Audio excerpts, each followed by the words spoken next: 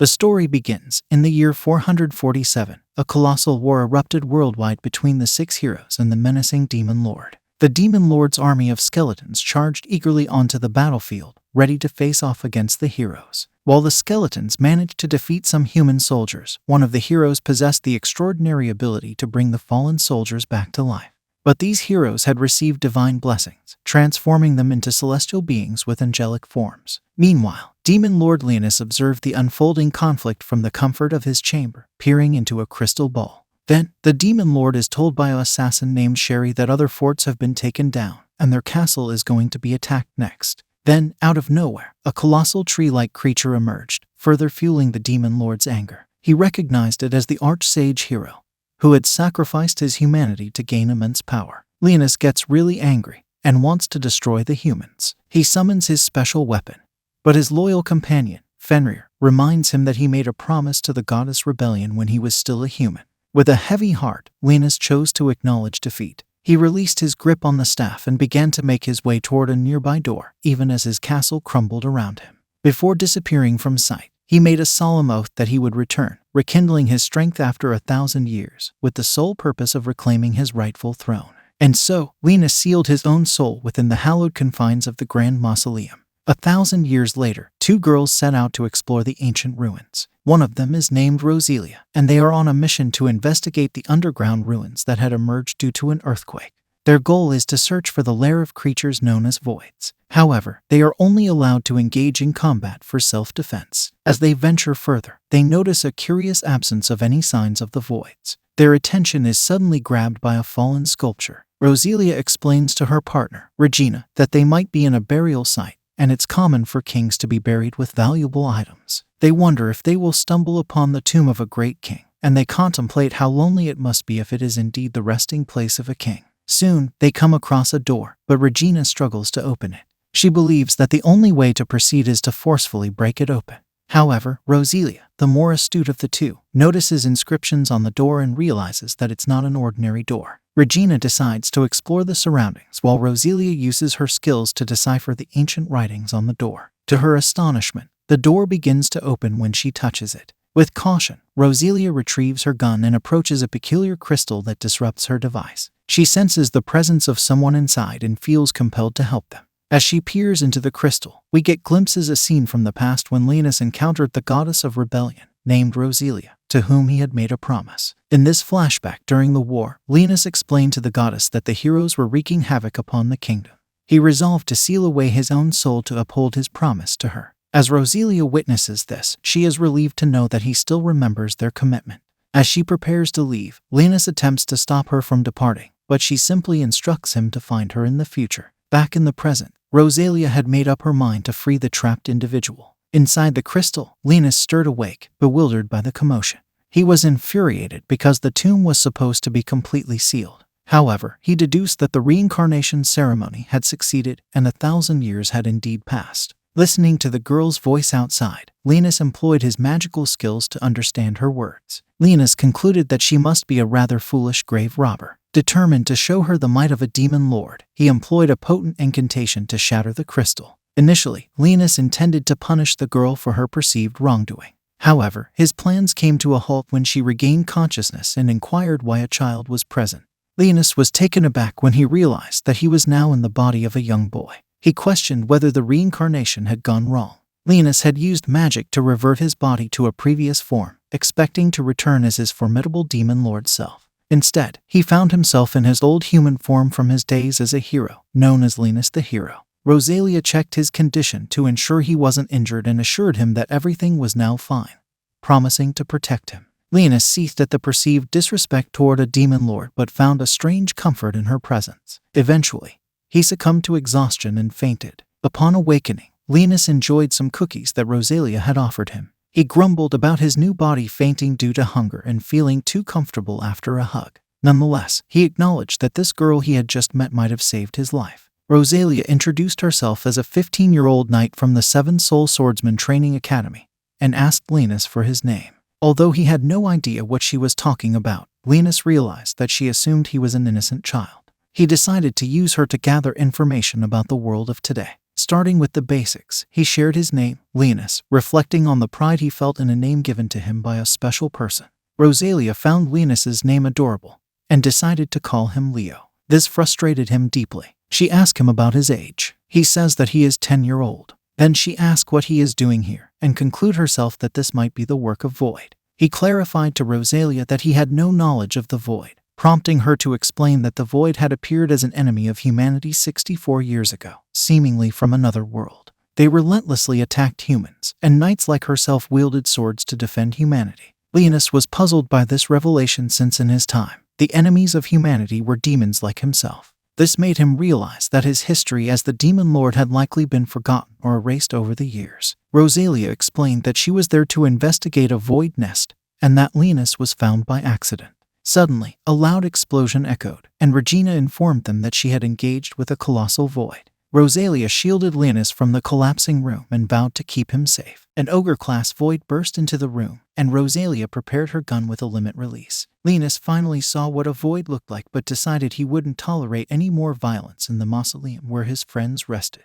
He, Leonis, the great demon lord master of ancient and forbidden spells, began weaving a powerful incantation to erase the ogre from this world. However, he tripped and fell, lamenting his weak human body. Riselia worried that her weapon might not be strong enough, but Regina arrived with her bazooka, blasting off the monster's arm. They made their escape, and Leonis contemplated how everything seemed to be going wrong.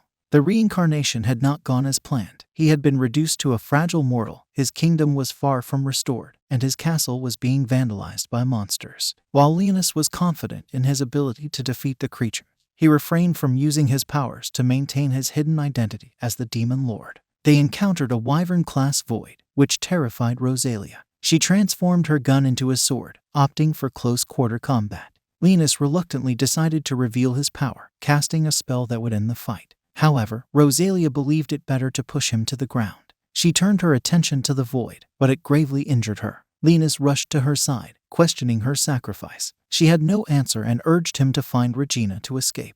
As another void appeared, Riselia apologized for not being able to protect him. Holding her hand as she passed away, Leonis couldn't help but think she was foolish for sacrificing her life for him, even though the attack wouldn't have harmed him. He considered bravery like her stupid, but admitted he had developed a bit of a soft spot for the brave girl. Her actions reminded him of Riselia, the goddess of rebellion, who had protected him when he was a human hero. The very humans he had tried to protect had ultimately betrayed him, leading him to become the Demon Lord. Several voids surrounded Leonis, but their attacks proved futile against the formidable magic barrier of the great Demon Lord. Leonis, who was now human once more, found himself experiencing emotions again, and anger was the prevailing feeling. Summoning his staff, Leonis proclaimed that the voids all deserved to meet their end.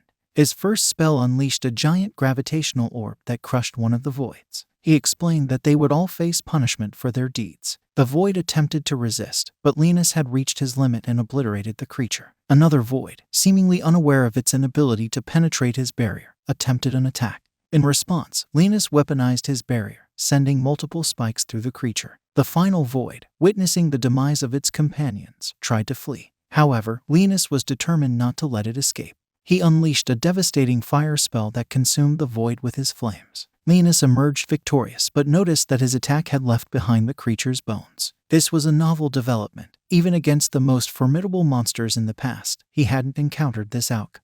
It dawned on him that in his current form, he possessed at best only a third of the strength he used to wield. Returning to Riselia's side, Leonis found her barely clinging to life. He declared himself as the great Demon Lord, emphasizing that he typically didn't care about human life. However, he had respect for noble souls, and Riselia had defended him with her life. Leonis acknowledged her spirit and contemplated his limited healing abilities. He was a master of all magic related to death, but lacked proficiency in healing. Still, he decided to do what he could for her. As he used a spell to return her blood to her, he noticed a strange mark on her leg. Leonis wondered how she would react when she learned the truth about his identity, whether she would be angry or fall into despair. After completing the spell, Riselia lay unconscious, and Regina frantically attempted to send her a message using a remote-talking magical tool. Leonis didn't understand how it worked but was impressed by the advancements in mankind's magical technology. Then, Riselia woke up, and Leonis greeted her. She immediately got up, thanking God that Leonis was safe. Leonis found this reaction strange because typically people tend to worry about their own well-being first.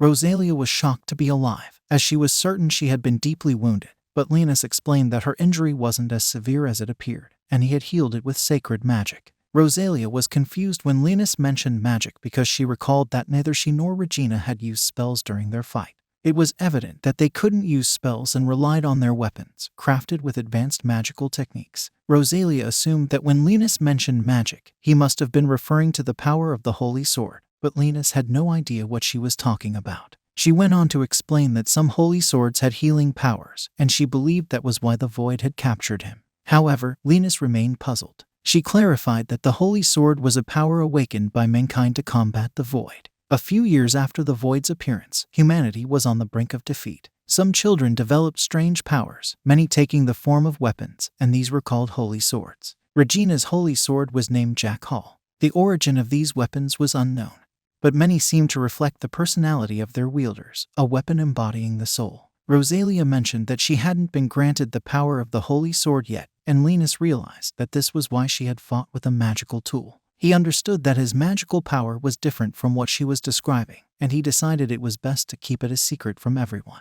Just then, Regina returned and inquired about what happened to the void that had attacked them. Leonis lied, claiming that he had been so terrified of the monsters that he was shaking, and before he knew it, they had disappeared for some unknown reason. The girls accepted his explanation, and they all left the ruins on a motorcycle. While riding, Regina wondered about the boy, speculating that he might have been abandoned for being a coward. Riselia explained that he had been captured by the void, and his memories were all jumbled.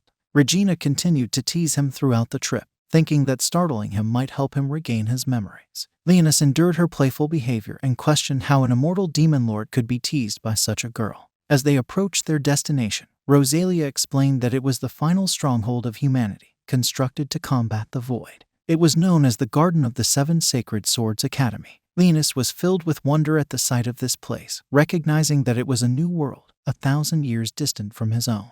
The story continues. As Leonis and Celia entered the bustling city, Celia's mind wandered back to her childhood, about 6 years ago. Back then, she dwelled in the Third Assault Garden, a place of relative peace. However, that serenity was shattered when the Voids launched a sudden attack.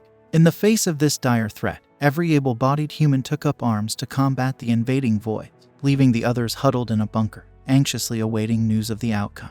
Within that bunker, we find Celia and her loyal maid, Regina. Fear gripped Regina's heart as she trembled, unsure of what was happening above ground. Celia, on the other hand, tried her best to provide solace. She spoke of her unwavering faith that her parents, who served as holy knights, would shield the populace from harm. With conviction, Celia recounted her parents' and sisters' resolute words, describing their plans once the Voids were defeated. Gradually, Regina's trembling subsided, and a tentative smile graced their faces. They pledged to enroll in the Excalibur Academy and follow in the footsteps of holy knights to safeguard their fellow citizens. However, beyond the confines of their shelter, the situation was far from joyful. Explosions outside caused the bunker to shudder, triggering panic in Celia. She yearned to rush outside and join her family in the ongoing battle, but Regina restrained her. Tearfully, the two girls clung to each other, their hearts heavy with concern for their loved ones. A few hours later, the heavy bunker door finally creaks open, revealing the devastated city beyond. Celia, overwhelmed with sorrow, breaks into tears and apologizes to Regina. She had assured her that everything would be fine, but those words had turned out to be empty promises. Back in the present, Regina inquires of Leonis whether he's ever laid eyes on an assault garden before. He responds affirmatively, marveling at its incredible sight. Regina goes on to explain that the city is currently stationed here, but it's typically on the move, deployed to the front lines to combat void colonies. She further clarifies that the city has the capability to generate power, produce food, and even traverse the ocean. Leonis, perplexed by the notion of such a colossal entity in motion, resolves to scrutinize the human forces before embarking on his mission to resurrect his Dark Lord's army. Upon entering the city, Celia elucidates that those who wield the power of a holy sword must enroll in the Excalibur Academy. While they aren't obliged to confront the Voids directly, they are expected to collaborate during times of war. Leonis views this as an opportunity to deepen his understanding of holy swords. The girls pledge to meet him once he completes his inspection. After their departure, Leonis enters the bathroom and becomes greatly distressed because his spell didn't go as planned. His intention had been to reincarnate himself 1,000 years into the future in his Dark Lord form, but instead, he found himself reincarnated in his previous human hero form. In his moment of frustration, He calls out two names, Blackas and Sherry, and they emerge from his shadow. Sherry serves as his personal maid, while Blackas is his closest and most trusted friend, holding the title of the Prince of the Realm of Shadows. Leonis remarks that it has been quite some time since their last encounter, but Blackas is more curious about Leonis' new appearance. Leonis, in a friendly gesture, pets Blackas and explains that due to an error, he has returned to his original human body. This marks the first time Blackas has seen Leonis in his hero form. Sherry, who had remained silent until now, finally speaks up and admits that she finds Leonis' new form rather adorable. Leonis, initially irked, questions whether she is mocking him. The cute girl becomes flustered, but Leonis quickly dismisses the issue, clarifying that he summoned them because he needs a favor. He requests that they investigate the city since it appears to be a vastly different future than he had anticipated. People no longer use magic but possess some unfamiliar and peculiar powers. Blackas mentions that he can sense a different kind of power at play. Leonis reveals that his ultimate objective is to rebuild his Dark Lord army, but to achieve that, they must gather as much information as possible. The two companions return to his shadow, embarking on their investigative mission. Subsequently, Leonis undergoes an inspection process where he is sprayed with a substance, and various machines analyze his data as he continues forward. He attempts to pass through a detector, triggering an alarm, but he skillfully employs a spell to deactivate it. Once the inspection is complete, he receives a temporary ID card. Riselia suddenly appears and snatches the card from Leonis, eager to take a picture of it. This leaves him a bit bewildered, but she clarifies that the card serves as proof of his identity within the city. She then informs him that it's time to pay a visit to the academy, and instructs him to hop on her bike. Riselia takes Leonis on a brief tour of the city, showcasing the vast commercial district, which leaves Leonis astonished. He remarks on the apparent tranquility of the city, prompting Riselia to provide an explanation. She reveals that the 7th Assault Guard, the city they are in, has never experienced a void invasion because it's the newest city. However, they are currently in the process of constructing another one. Riselia also divulges that while the Holy Swordsmen are sent to the front lines for battle, the city itself remains secure. The city is organized into 3 main areas: the residential zone, the commercial districts, and the administration sector. In the heart of the city lies the Excalibur Academy, which oversees the military. Upon their arrival, Riselia suggests that Leonis freshen up before completing his registration. However, Leonis is quite impressed by the numerous towering buildings surrounding them and inquires if they are all part of the academy. Riselia confirms and proceeds to explain the purposes of these buildings, with the dining halls, training grounds, and the dance hall being the most relevant. Leonis expresses some confusion regarding the inclusion of a dance hall, and Riselia explains that it is necessary to manifest one's holy sword, as a calm heart and spirit are essential. As they approach the girls' dormitory, they are intercepted by Muselle. Leonis notices that Riselia is attempting to avoid Muselle, but Muselle tries to engage them in conversation. He queries Riselia about Leonis' identity, but she simply states that Muselle is not involved in the matter. Muselle, in a mocking tone, jests at Riselia, implying that her platoon is now accepting youngsters due to their previous failures. Riselia confidently asserts that Leonis is indeed a certified holy swordsman, but the other guy dismisses her words as a joke. In contrast, Leonis privately considers this individual to be blissfully ignorant. Despite his youthful appearance, Leonis opts not to confront him to avoid drawing undue attention. Muselle, the guy in question, urges Riselia to abandon her pursuit of becoming a holy sword user, and instead join his platoon. He boasts about their top-ranking status within the academy, promising her a place to stay if she does so. With a smug grin, he taunts Riselia as a failure who cannot manifest a holy sword despite carrying the lineage of holy swordsmen. Riselia bows her head, accepting the harsh reality. Leonis, however, is puzzled by Riselia's inability to manifest a holy sword. He recalls her inability to wield that power in the ruins and understands why she took the hit to protect him.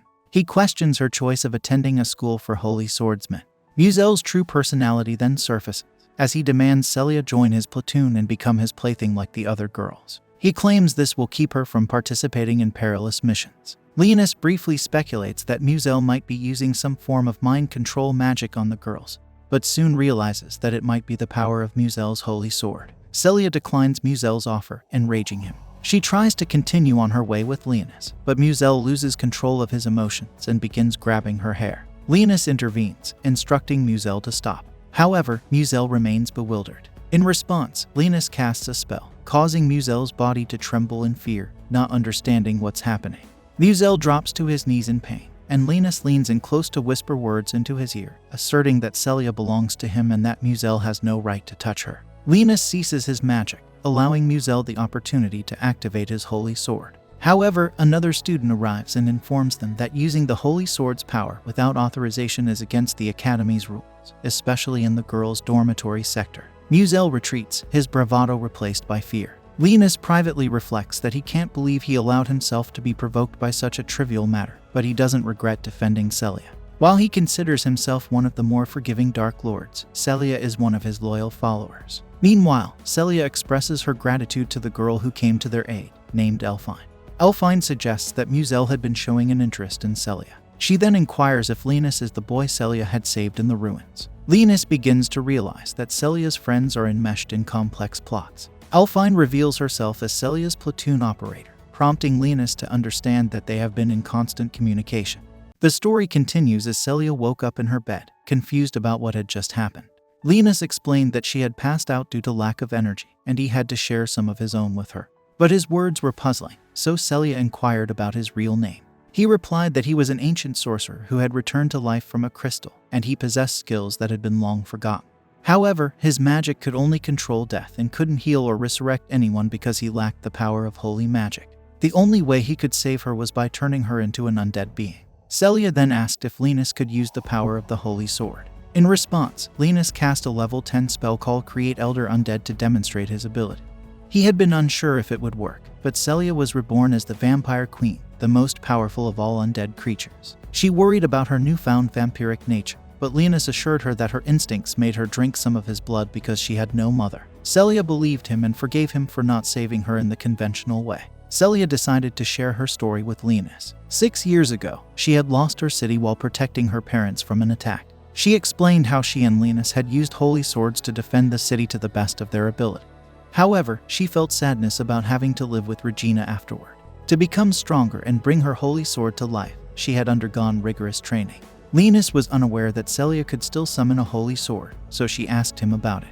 He simply replied that being a vampire queen had made her much stronger. Celia was still a bit apprehensive, but her mood lightened when Leonis's stomach audibly rumbled.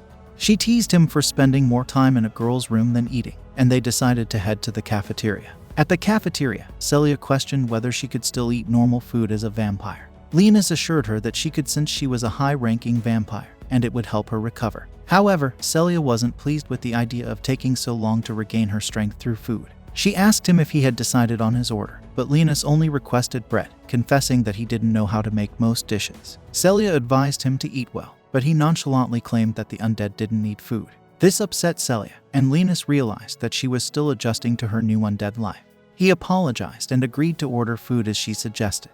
Afterward, Leonis revealed a secret gold coin, thinking to himself how rich a demon lord would be. However, his wealth turned out to be a lie when Celia asked him about it. He tried to pass himself off as a wealthy individual who could buy any business, but Celia saw through his act, leaving him embarrassed. When Celia pointed out that real gold or money had lost its value in the present, and everything was acquired using credits, they overheard a conversation in the background. A girl was talking to two guys, and the guys were complaining because she wasn't wearing the school's uniform. They tried to take advantage of the situation, and one of them even grabbed her. However, the girl swiftly knocked them down with her wooden sword. She reprimanded them, stating that she had permission to dress that way, causing the guys to run away. Celia rushed to the girl and called her Sakuya. She asked what had happened, and Sakuya explained that she was supposed to be in a tactical drill, but she found it boring. Instead, she decided to gamble until those two guys caught her. Celia then turned her attention to Leonis, and explained that a line had already mentioned him. Celia kept her version of the story, saying that Leonis had been abducted by voids, and she had saved him. Sakuya introduced herself and shook Leonis's hand. He quickly realized that she was someone who had dedicated her entire life to sword training, and he wondered about the extent of her training.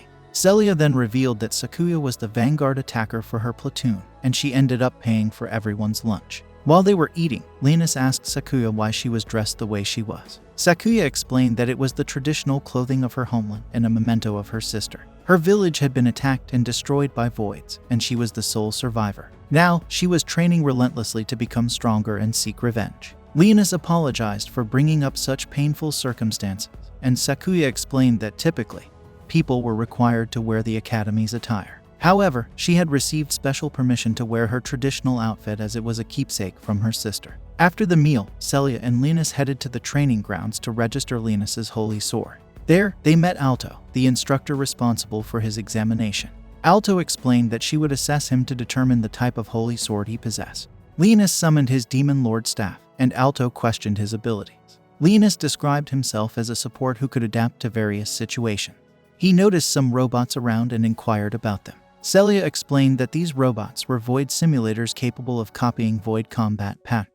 Alto instructed Leonis to fight one set to a low level. Leonis believed that a level 2 gravity spell would suffice, but it unexpectedly destroyed all the robots. Celia and Alto were amazed by his power. Alto probed further, questioning if his holy sword was genuinely a support type, and their conversation drew the attention of those around them. Alto began reprogramming the void simulator to a higher level when they were interrupted by an annoying figure named Mule. He expressed his desire to handle the examination.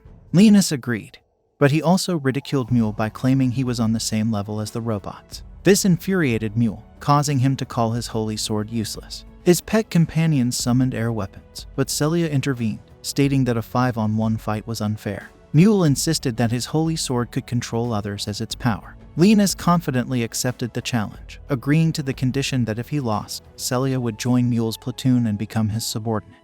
Leonis knew Mule's intentions and decided to turn the situation to his advantage. If Mule lost, he must promise never to bother Celia again.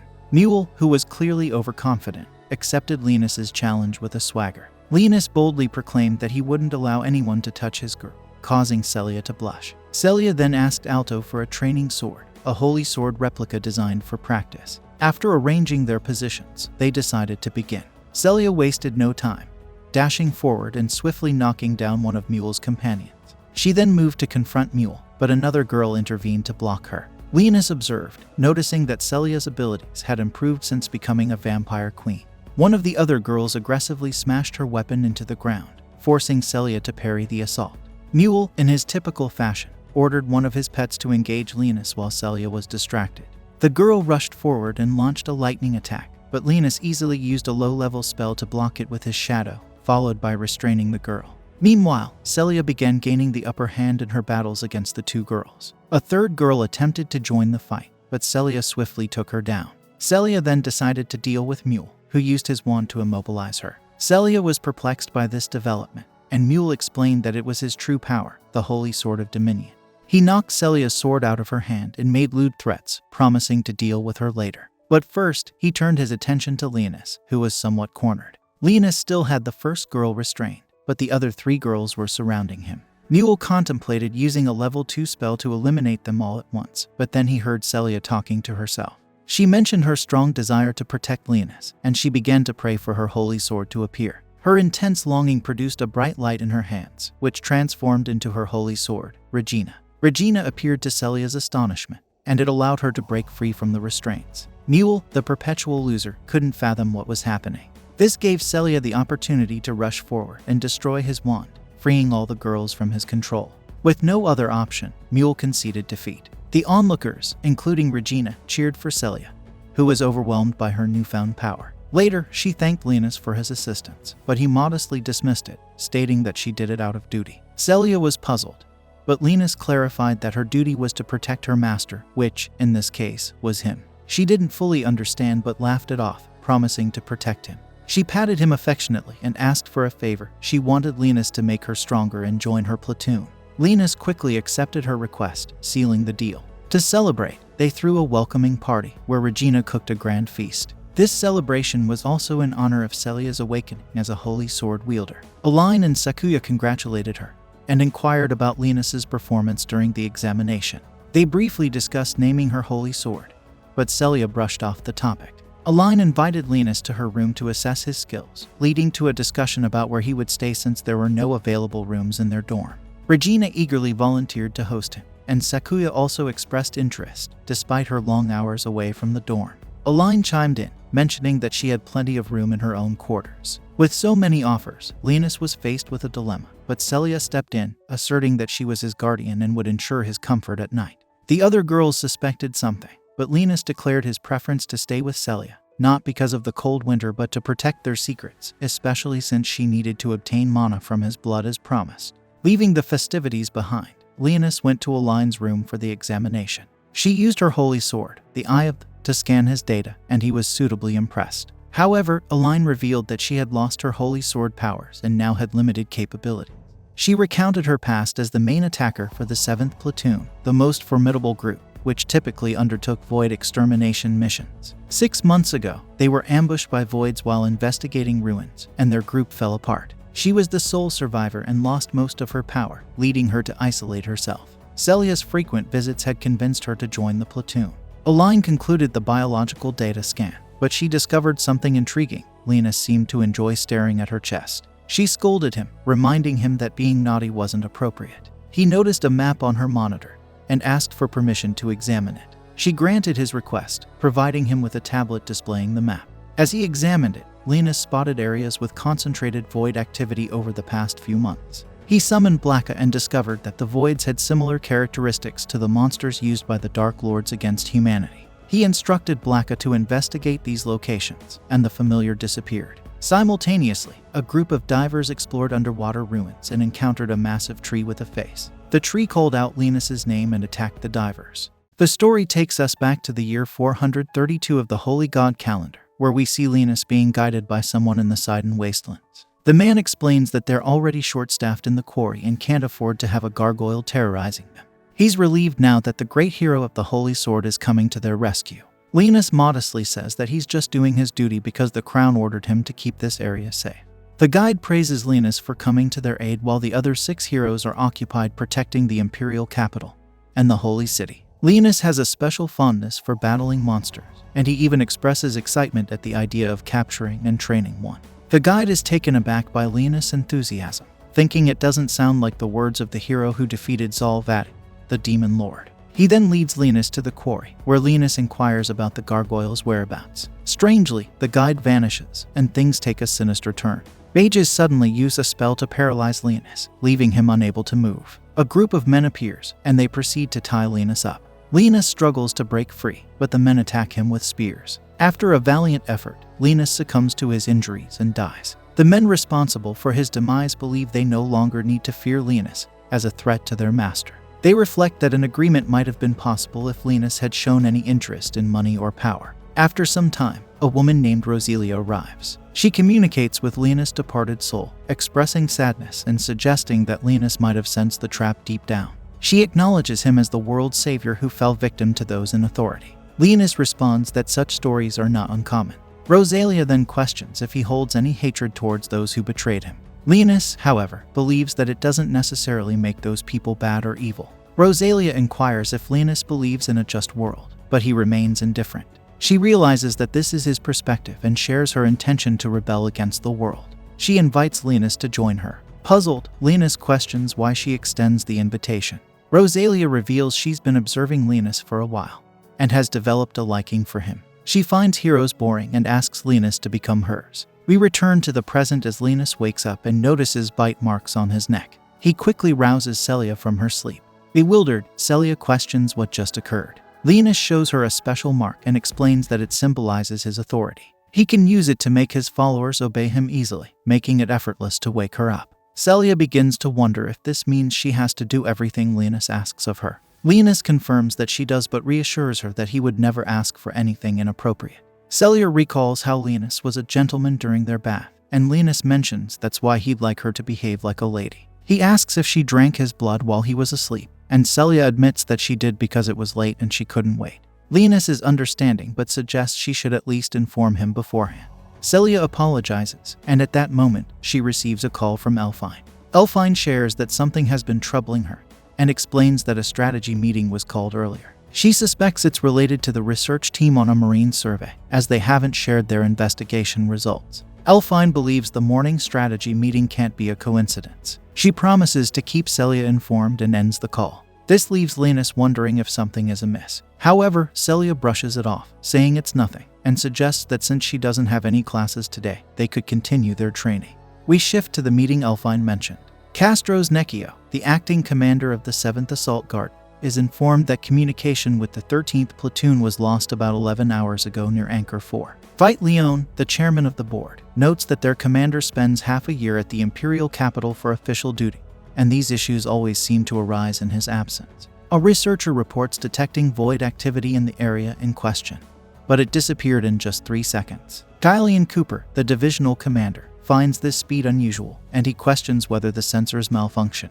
The researchers confirm that they didn't, and they provide images. Castro suggests that these images resemble tree roots, while Gillian wonders if it's a new Void species, or even a Void Lord. Veidt asks if there's any proof of it being a Void Lord, but Gillian conveys that it's merely conjecture. Veidt emphasizes that a Void Lord is akin to a stampede, reminding everyone of the tragedy that occurred 6 years ago when Voids attacked the 3rd Assault Garden. This tragedy prompted them to enhance the defensive capabilities of the 7th Assault Garden.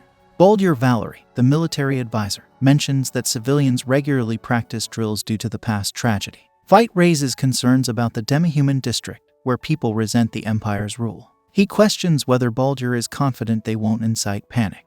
Veidt suggests relocating the city if there's a possibility of a stampede, but Gillian disagrees, arguing that assault gardens were created to combat voids. Castros then reveals that the commander has made a decision to launch an immediate follow-up investigation. Gillian agrees and states that he'll assemble a reconnaissance in force squadron, comprising their top 3 platoons, to carry out this mission. The scene shifts to Celia, who is engaged in training. She faces training robots, and with her skills, she easily overpowers them. Leonis is impressed by her technique and wonders if she had received sword lessons.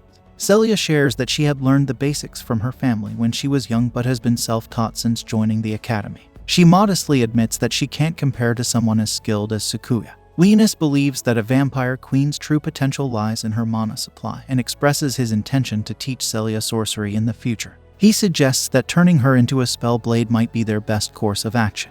He mentions preparing practical opponents for her, erects a barrier, and summons some of his lowest-ranked minions. He encourages Celia to engage with these minions and test her abilities. Celia accepts the challenge and successfully defeats the summoned minions. However, as time goes on, fatigue sets in.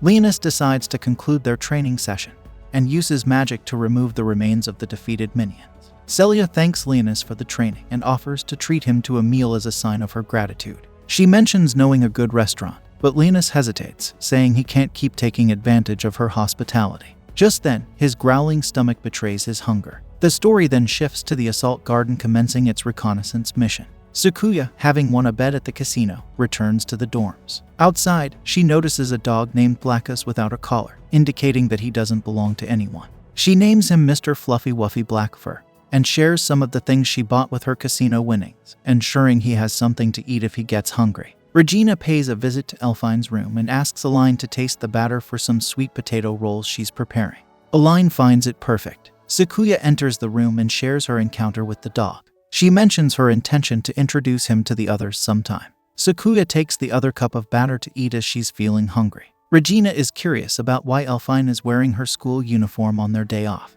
Elfine explains that it's a precaution, as she needs to be ready whenever their teacher calls her. She reveals that she has been tasked with gathering and analyzing intelligence. She mentions that the platoon that went on the Marine survey still hasn't returned, and a reconnaissance in Force Squadron has been dispatched to investigate.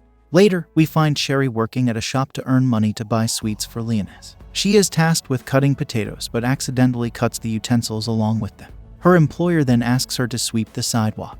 While doing so, she notices Leonis and Celia driving by the store. She tries to hide from them as Celia purchases some donuts from the shop. After the purchase, Sherry wonders where they might be heading. The scene then transitions to them arriving at the restaurant. Leonis is curious if this is the place Celia had mentioned. Some children come out to greet Celia, leaving Leonis puzzled. Celia explains that this place is both a restaurant and the home of these kids. She asks Leonis to be friendly with them, mentioning they are close to his age. Leonis observes that these kids might be orphans like him and contemplates how their lives must differ. However, the situation takes an unexpected turn when one of the kids playfully flips Celia's skirt.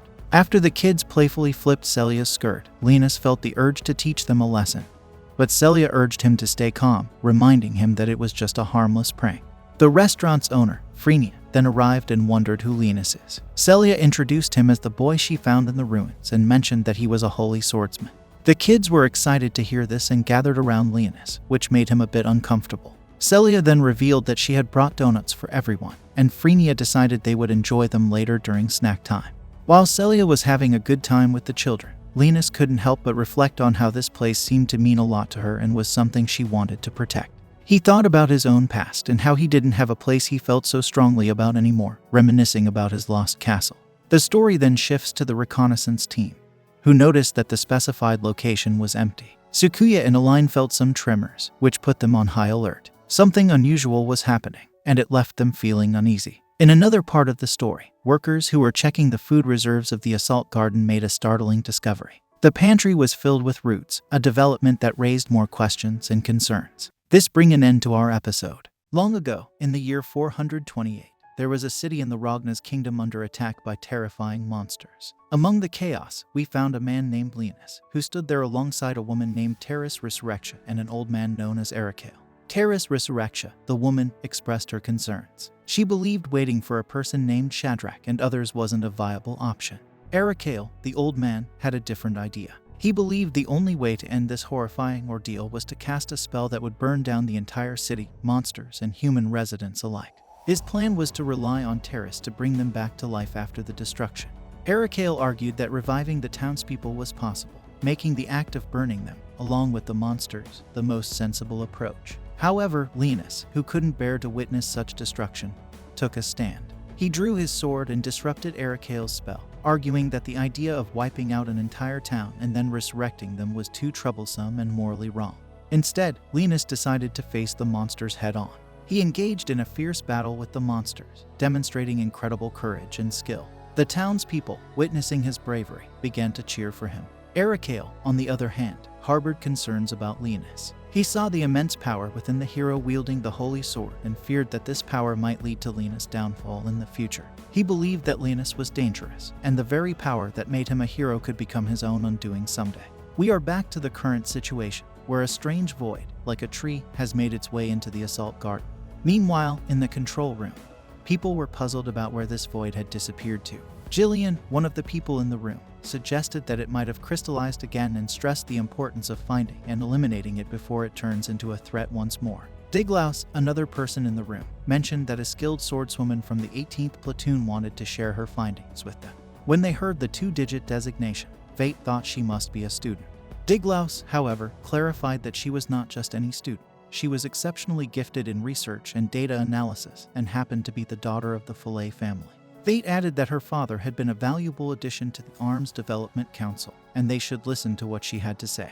Diglaus then connected them to the swordswoman, Elfine, and she began to explain her investigation results. Elfine reported that a few minutes ago, she had detected localized micro-vibrations in Block 62, which was part of the controlled access area beneath the assault garden. At the same time and location, she also picked up mono waveforms with distinct characteristics. After analyzing these signals and removing background noise, she concluded that they did not match any known magic device. She also noticed fluctuations in spatial mass that caused disruptions in the magnetic field, resulting in mobile network outages. Similar phenomena were observed in Block 59 just moments later. Taking all of this into account, she suggested that the data pointed to the presence of void activity within the assault garden.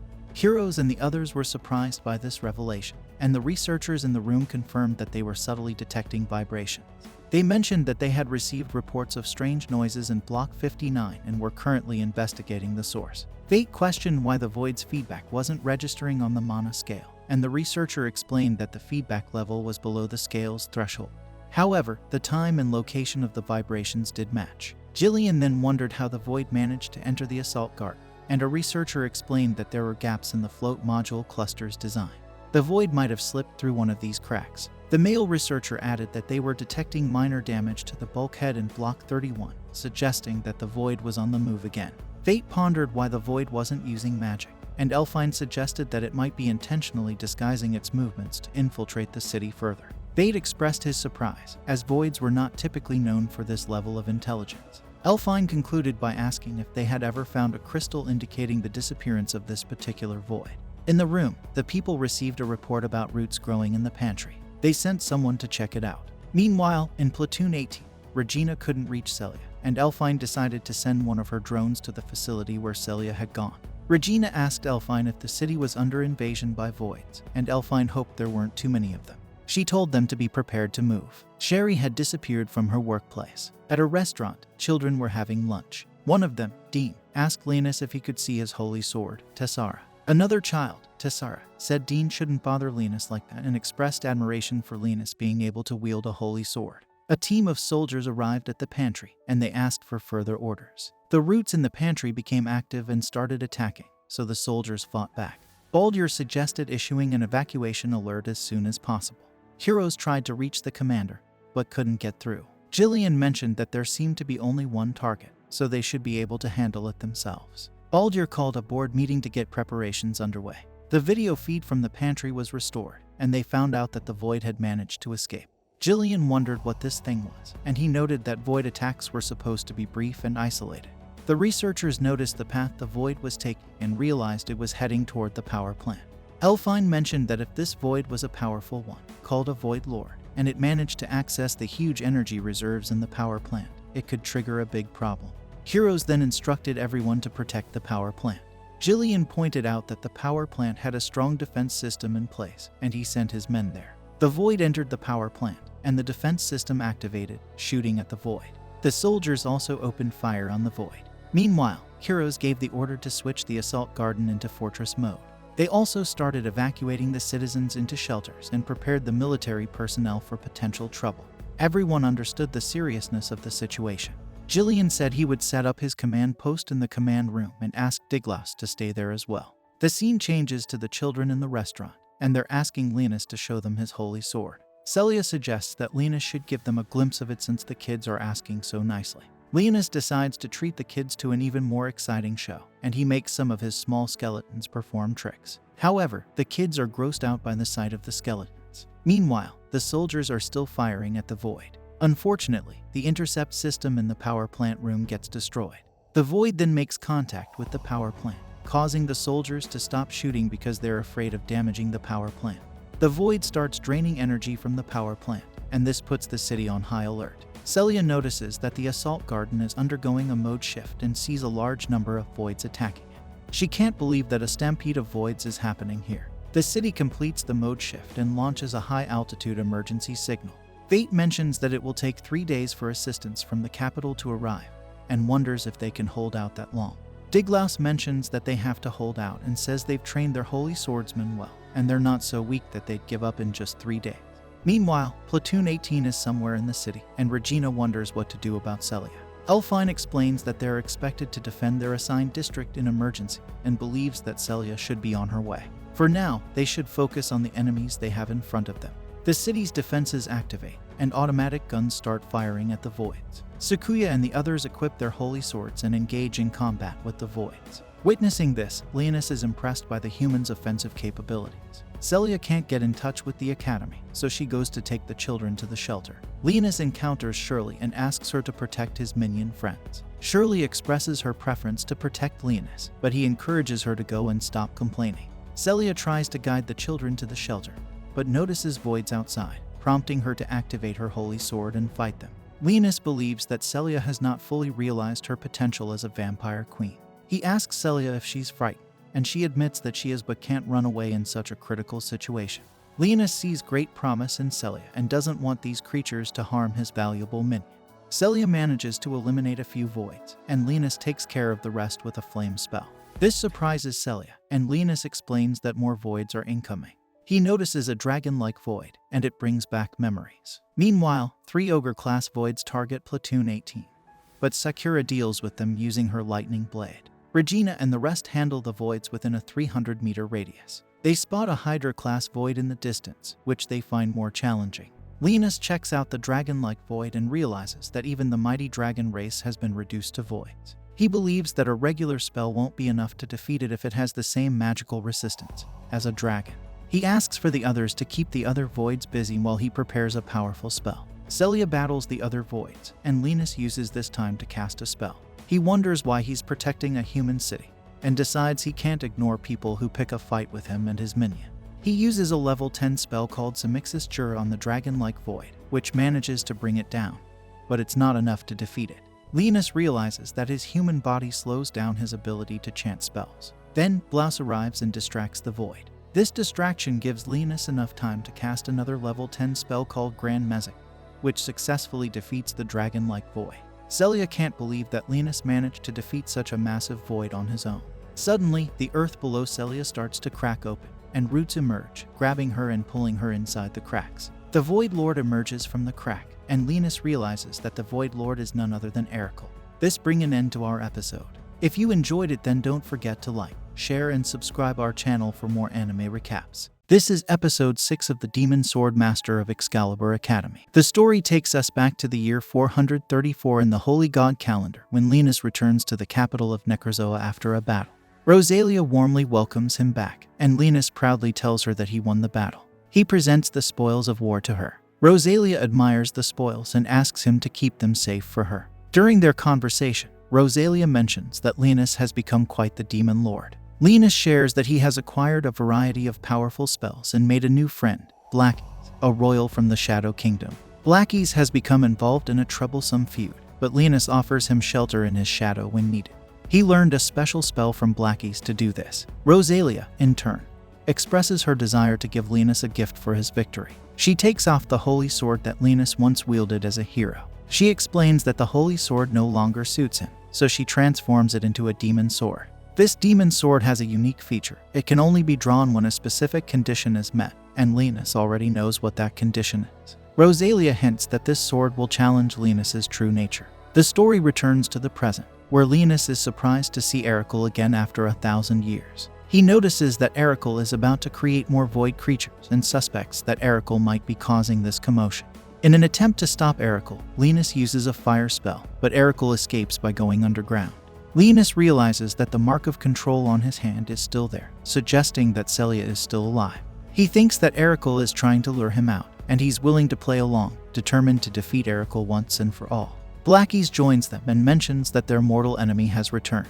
Leonis explains that Eracle has become a Void Lord and is different from what he used to be. He believes that Eracle's return may also mean that Riselia is alive somewhere out there. Blackies wonders why humans are outside the restaurant, exposing themselves to danger. Leonis notices that the people are staring at him, something he's used to because his immense power has always struck fear into people's hearts, even back when he was a human hero.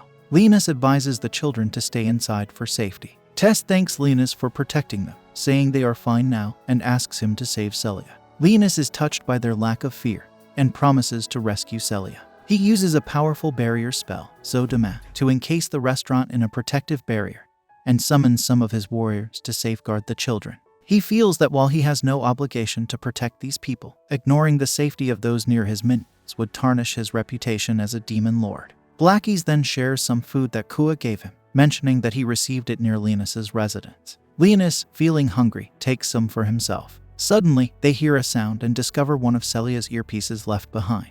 Through it, they hear Elfine's voice, and it becomes clear that the 18th platoon is currently battling a formidable Hydra-class void and holding off other void creatures. Elfine explains her situation and urgently asks Celia to come help. Leonis informs her that Celia has been taken by the Void Lord, but he's determined to rescue her. He requests Elfine's help in locating Celia using her holy sword. Elfine, however, expresses concern, deeming it too dangerous, and suggests that the platoon responsible for the area handle the situation.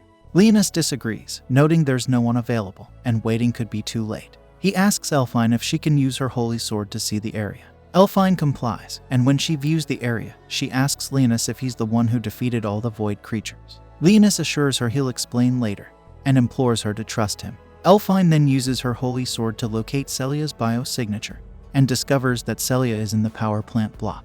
In the meantime, a Hydra void attempts to attack Elfine, but Sherry comes to her rescue. Sherry hides and thinks that working with Leonis is demanding but easier than working in a donut shop. The scene shifts to Leonis, who is riding on Blackies and heading towards the power plant.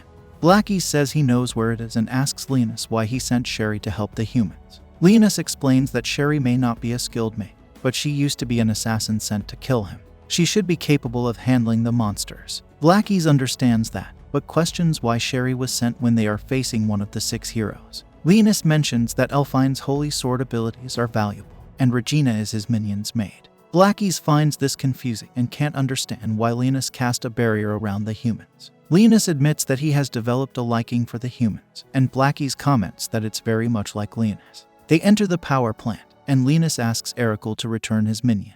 He tries to use a fire spell on Eracle, but it has no effect. Erical remarks that he thought Leonis had perished 1,000 years ago, and Leonis clarifies that he never perished, he just sealed away his soul. Erical mentions that the world is different now, and this world will be rebuilt along with the empty star. Leonis wonders what the empty star is, and Erical explains that he has been chosen as the bearer of good news. He then creates some life forms on his branches, and Leonis is shocked to see that Erical has assimilated the priests from the sacred order. While all this is happening, Celia can hear Leonis's voice through her comms device, and she realizes that he's here to rescue her. However, she can't respond to him. Erical then attacks Leonis with his tree branches, but Leonis dodges and uses a spell to cut off Erical's branches. Blackies notices that their magical energy is depleting rapidly, and Leonis thinks that Erical must be draining their mana because this whole area is under his control.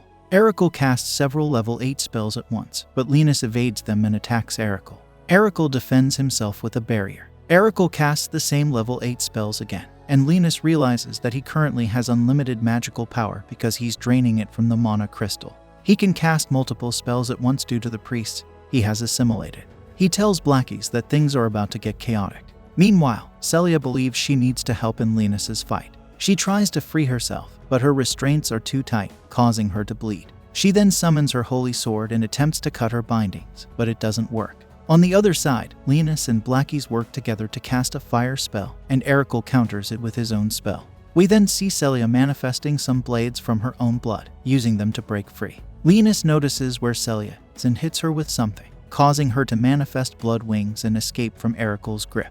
Erical asks Leonis what he has done, and Leonis explains that he merely supplied his minion with some of his mana-infused blood. Leonis reunites with Celia, and he observes that she has become more skilled with her vampire powers. Erical announces his intent to crush Leonis, and unleashes a powerful spell. Blackies realizes that Erical plans to incinerate the entire city, including Ting, the city's ruler. Leonis is determined to defeat Erical, and asks Celia to buy him some time. Celia uses blades made of her own blood to shield Leonis. Leonis believes he no longer needs to be cautious now that he has his minion back.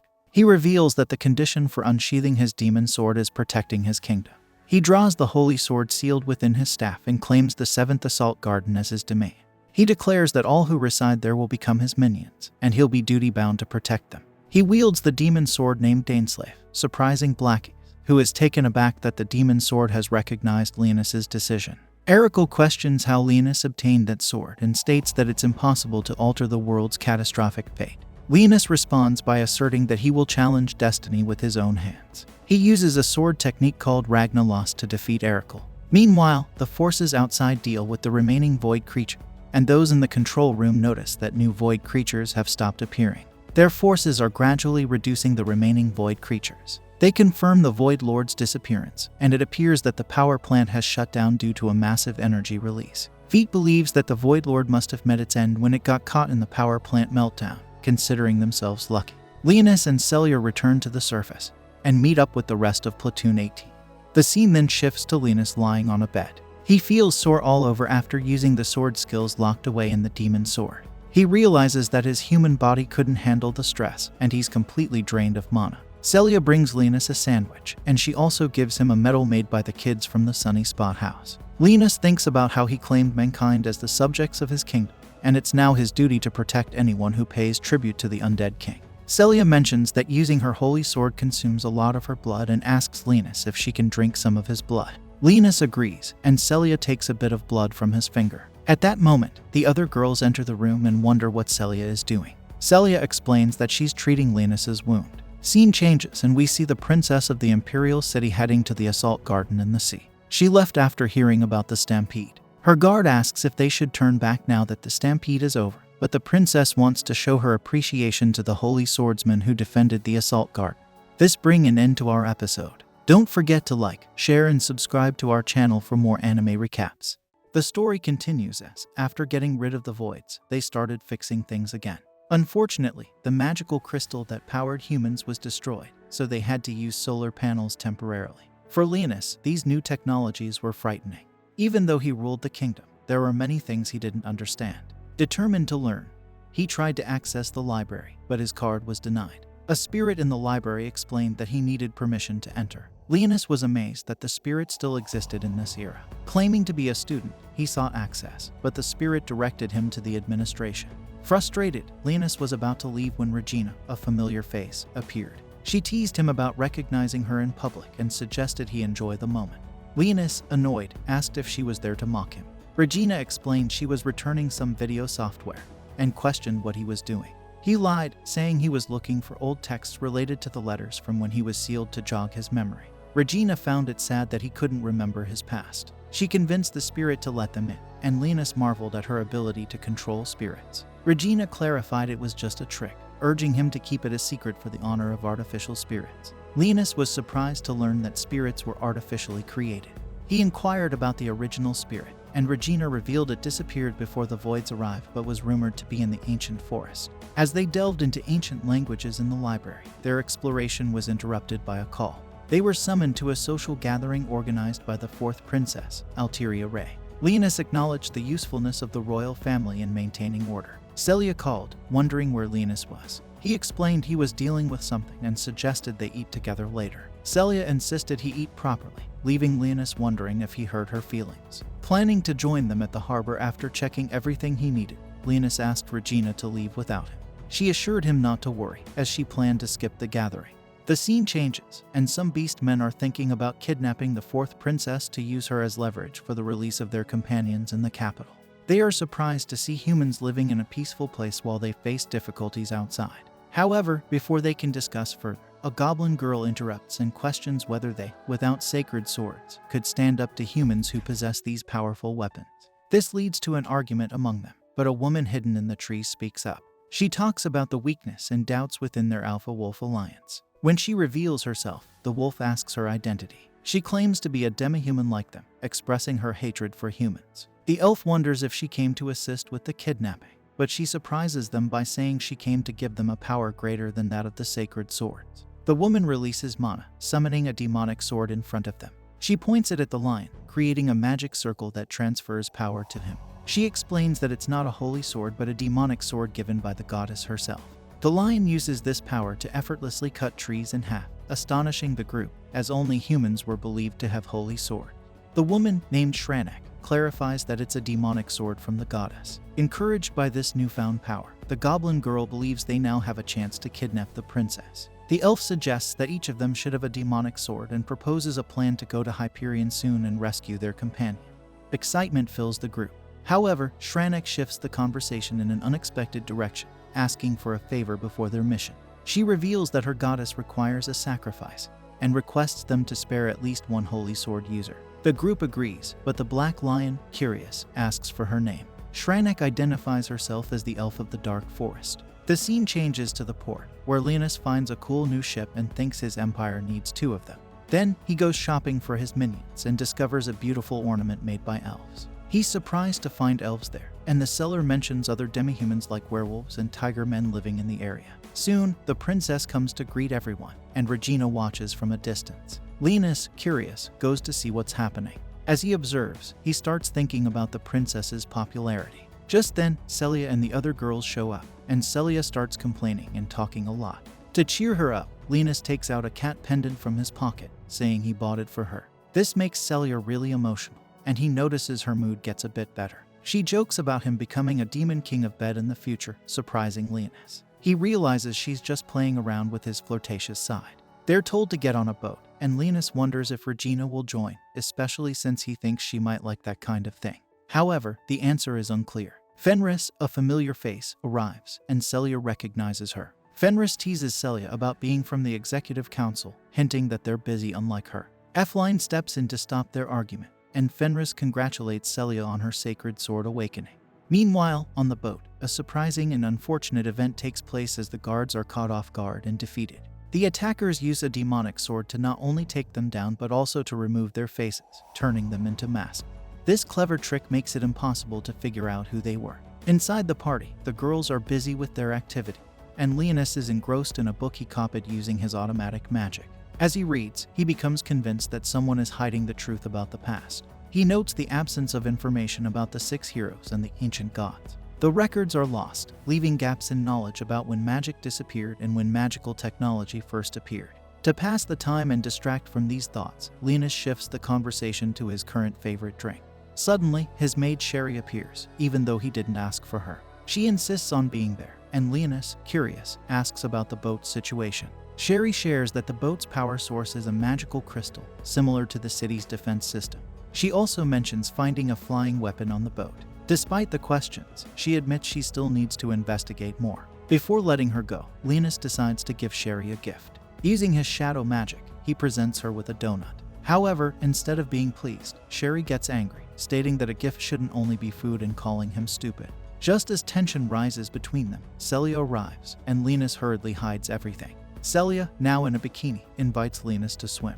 However, he starts making excuses, claiming that the human body isn't meant for swimming and that he doesn't have shorts. A perceptive small girl catches on, realizing that Leonis is just making excuses because he can't swim. Celia, undeterred, offers to teach him. What follows is a comical scene where the Demon King, Leonis, is embarrassed for not knowing how to swim. Celia's floats on her blouse hypnotizing, and Elfine even remarks that it's a good thing he learned to swim quickly after Celia's teaching. People start talking about him, and the girls enthusiastically support him, but this leaves Leonis increasingly frustrated. In the evening, Regina is alone, having her meal when guards pass by, talking about that the meeting time is approaching. She wonders about her role in all this. Inside the ship, as the princess is being transported with her personal guard and soldiers, sudden chaos erupts. A man appears, swiftly killing the main guards from behind, followed by another man who eliminates the soldiers. They reveal themselves as beast men after taking off their masks. Despite capturing the princess, she manages to let her pet escape. An elf advises leaving the pet alone. In the hall, the demi-humans reveal their presence after firing the initial shots. Leonis realizes there might be more of them. The wolf among them activates a holy sword, surprising everyone. Fenris tries to do the same but is halted by the goblin when she fires bullets at them. An old elf throws an explosive apple, warning that activating their swords will lead to an explosion. Trapped and fearing the consequences, they collect everyone's phones. The demi-humans announce the princess's kidnapping, and when asked about their demands, the wolf expresses the desire to free their companions. Fenris opposes negotiation with what she labels as terrorists, sparking anger. The goblin intervenes, reminding them of the prohibition against killing sword users. The wolf concedes, indicating they will be sacrifices for the goddess. This revelation catches Leon's attention. Leona, concerned for the princess's safety, assures Celia and disappears. The girls attempt to cover up his disappearance as the situation intensifies. Meanwhile, the dark elf forces the princess to activate the insignia. She inquires about the deal to keep the people on the battleship safe. The dark elf assures her, and the princess, despite her concerns, follows orders. Suddenly, a void invasion occurs, and the dark elf commands them to head towards the voids. She explains that whoever wields the sword filled with demonic energy will be a suitable sacrifice for their goddess.